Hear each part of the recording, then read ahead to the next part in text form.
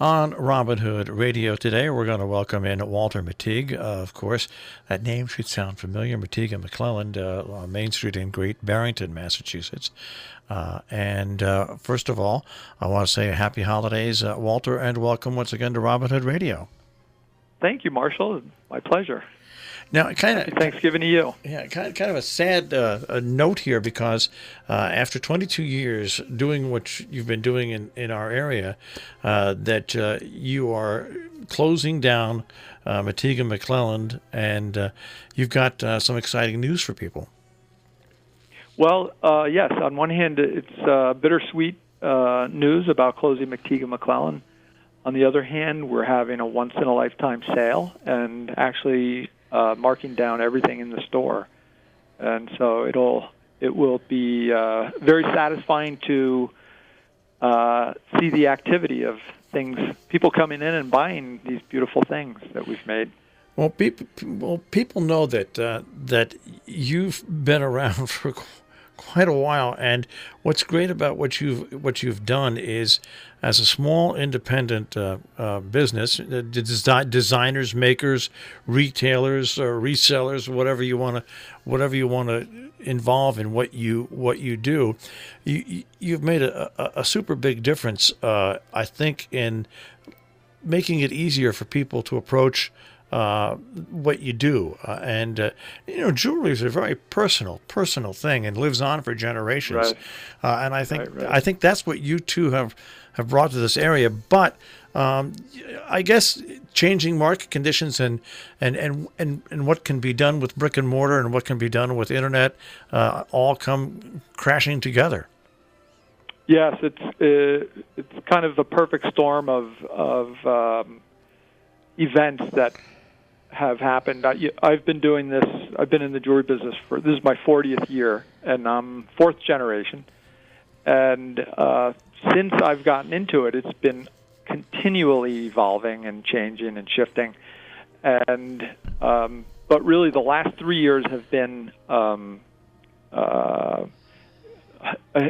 disruption of historic proportion, and it really just became time to reinvent ourselves and to develop a new model. And it was a difficult but simple business decision to close the brick and mortar store. Well, you've been designing, you've been making jewelry, you've been servicing clients, and what I find interesting about this and what you've pointed out to me is that younger people have a different look at jewelry. I remember I'm 67 years old. When I was growing up, when I was given gifts by my grandmother or my mother, I would always get fun gifts, yes, but I would always get pieces of jewelry. And when I would get these pieces of jewelry, whether they were a solid gold wristband or a watch or a beautiful ring, it always came with the caveat that hold on to this. As much as this is a gift for now, this is a gift for you that will be valuable to you over the years. That's one of the wonderful things about the jewelry business, and that makes it so satisfying. I was speaking with a client yesterday who was calling to say how sorry she was that we were closing, and how for over 20 years she has worn a piece of McTeigue and McClelland jewelry every single day. And at this point, she has a substantial collection of our work, and to know that will go on into the future, that 20 years from now she'll still be putting on a McTeigue and McClelland piece, and that potentially her children and grandchildren will inherit those. And we one of the things, we're kind of an anomaly. We really truly make museum quality jewelry, and we've always been all about quality, and been uncompromising in that regard. And that probably has not been the best business decision, but this was more than just a business for us. This was really a passion and a lifestyle. Yeah. Very much so. I moved to the Berkshires. Really, it was a lifestyle choice, not a business decision. And we have been so fortunate to have been supported here in what we do for all these years. It's really kind of amazing that we were able to accomplish what we have in these 22 years here. And times are changing, and the audience is changing, the market is changing, and it's time for us to change with it. It's a hard reality to accept, but it's exciting as well. We're not going to die. We're not going to be gone. We'll just be in a new model. We're exploring that. It's interesting to hear you tell your tale, because I had a choice back when I was in my late 20s and early 30s, whether I just wanted to be a disc jockey and keep working for somebody else, or else whether I wanted to make broadcasting what I called my life, where it's just an extension of my everyday.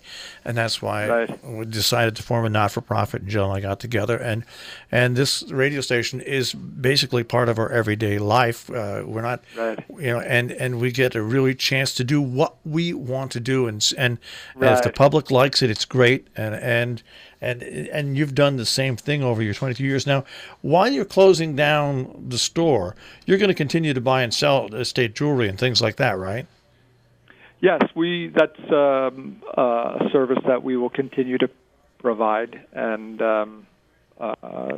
it's one that continues to be of need in our community. People inherit jewelry or have jewelry that they no longer wear, and are trying to simplify their lives, and often jewelry is very hard to distribute to the next generation because it's hard to do so equally, and so people come to us and we help them understand what the value of their jewelry is, and then offer them options for selling it, brokering it, and or buying it outright.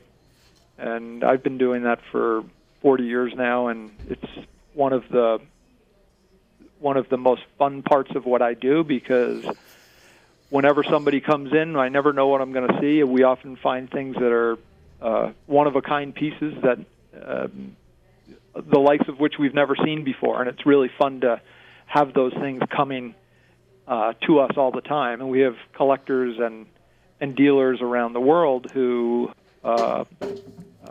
a network of people that we trade with. So we have very good markets for reselling all kinds of estate jewelry, diamonds, gemstones. Now, that will remain. Do you have a set date where the store is going to close, or are you just going to, as the inventory winds down, do it that way? Yes, that's the plan. It's so strange after 22 years of really trying to build an enduring business, and always being very careful about how we operated, and to now have this completely new phase where we're really trying to get a fresh start, clear out all of our inventory, mark it down substantially to really provide an incentive for people to come in and take out their wallets, and they will be rewarded with beautiful jewelry and kind of a once-in-a-lifetime opportunity, because in all the years that I've done this quality of jewelry does not go on sale. It's only in an opportunity like this where there's a retirement or a store closing, and so this is quite a great opportunity. And when it's gone, we'll close. Yeah, but what's the interesting thing about your business model, though, is when it's gone, people still have your jewelry. That's the great thing about it. They still are connected with you.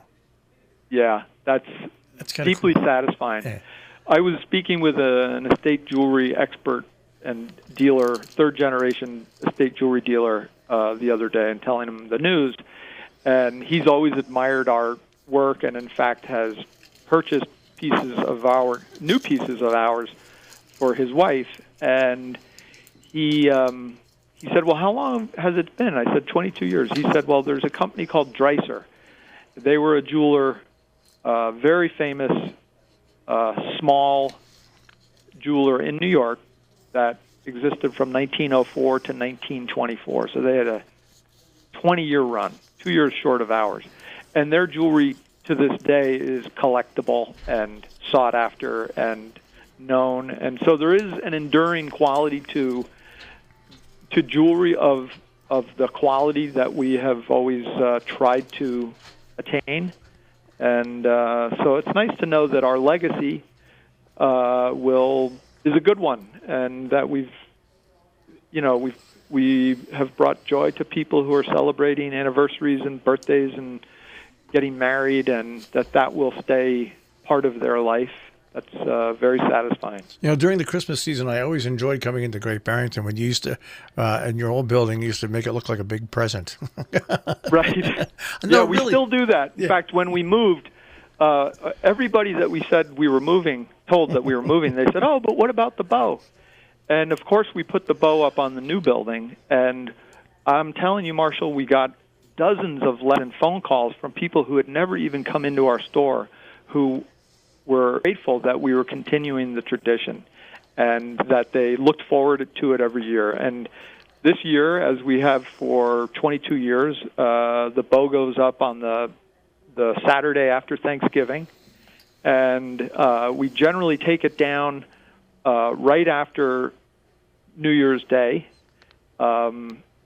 We don't want to burn it out. We like it to be special and not left up all winter. And this year it will be the signal of when we're finished. When the bow comes down, it's coming down for the last time. All right. Now, what about speaking about that very quickly? I only have about a minute or two left. I want to about your building. You've only been in it 3, 4, 5 years? We've been in it about 5 years. We bought it about 7 years ago and spent almost 2 years planning the renovation and doing a beautiful renovation. And it's almost 60-year-old Gothic revival mansion that was built for a doctor who moved here from New York, and it's at the what we think of as the southern gateway to Berkshire County, right at the corner of Route 7 and 23. And we're looking for the kind of tenant or buyer who's perfect for this space. We hope there's one out there, and we're going to do our best to find them. How would people get a hold of you on that, Walter, about your building? They could just call us 413-528-6262, and I will tell you that the phone has been ringing off the hook since we announced the closing and the sale. So feel free to leave a message, and it might not be promptly that we get back to you, but we will get back to you. Well, McTeigue and McClelland, Main Street in Great Barrington, Massachusetts.